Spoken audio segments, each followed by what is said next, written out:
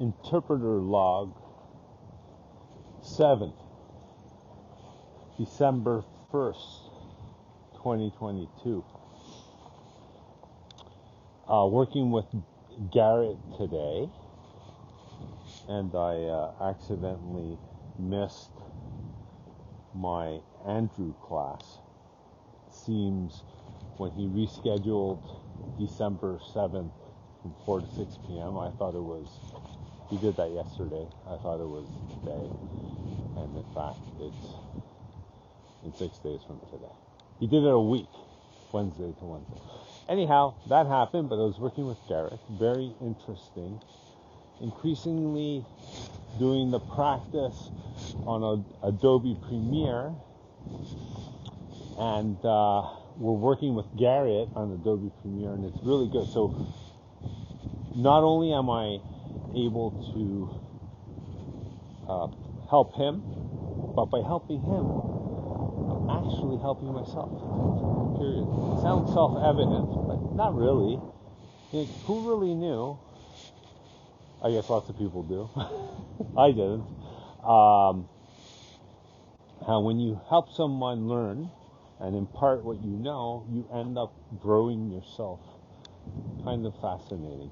So we're on Premiere, and then I realize it's too fast for him. So I slow it down, and then by like 5%, and then I go down another 3%. And then when we got down to 92% of the speed, he was able to hear pretty much all the words and not be interpreting over them all the time. When it was going too fast, he would just miss words. He wouldn't hear them, wouldn't understand them. You slow it down, so it's not a comprehension problem, it's a speed problem, an issue. So what we're going to do with him is I'm going to calculate the word count at the 92% of the speed, so slower. And then, incrementally we'll increase the speed and the word count. And then I'll get a sense for how many words are a reasonable speed.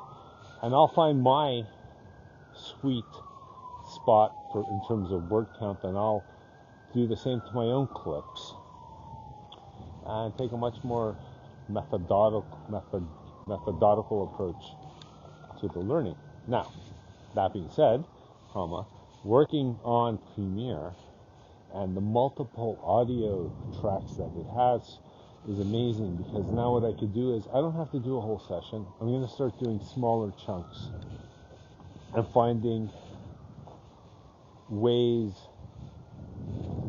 to do it better, the lag. So instead of doing 15 minutes, I'm just going to work in like 90-second pieces, 2-minute pieces, maybe even shorter, and then go back and do it again, and then go back and do it again, and then go back and do it again until I'm comfortable and I feel it's tight, succinct, the lag is there, and I've kind of flipped it around, especially in Spanish, from English to Spanish, into something different, more concise, but to the same point. And this technique on Premiere allows me to do that, because then I play it back and I see it against the original, and I'm constantly gauging. So that's my new practice. That's my new entry for Interpreter log.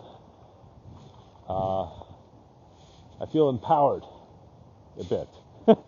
Things are going well. I'm doing the practice. I have my techniques. I'm using my technology, and it's constructive. And then I put the captions on, so it's quantifiable also. It's not only qualifiable, but it's quantifiable, which is neat. You gotta check the grammar, the spelling, the made-up words.